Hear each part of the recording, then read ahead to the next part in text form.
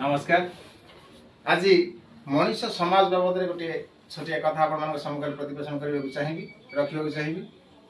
मनीष को एक दुर्लभ जन्म मिलता बेले मनीषर चाली चल रंग ढंग देखी महापुरुष माने मनीष को एक विचित्र जंतुर आख्या देते कहीं तार कि कारण से विषय में कथा मत गोटे कथा जनवाक चाहिए। प्रकृत में से महापुरुष जो कहते मनीष एक विचित्र जंतु तारी बाबद आज गोटे कथा मुझे सम्मुख रखा चाहिए। जदि आप कथाटी भल लगे निश्चित आपको सुचिंतित मतामत आमको देवे।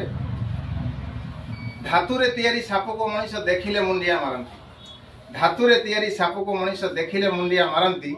जीवंता साप को देखिले मनीष पिट पिट बोली कहती।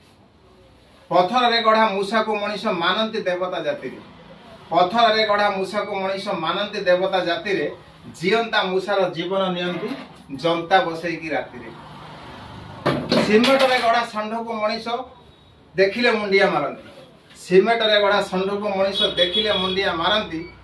जीवंता षंढटे बाड़ी रे पशिले ताकू बाउंश किड़ा रे सेकंती। जीवन नथिबा देह को मनीष शव बोली कहि थांती। जीवन नथिबा देह को मनीष शव बोली कहि थांती।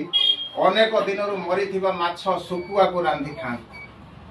बंची थिबा बापा मां को नहीं जरा निवास रे छाड़ी की मला परे तांको फोटो पूजा करंती। हाथ जोड़ी आंठू माड़ी से मनीष मान मध्य मु भी जन मनीष।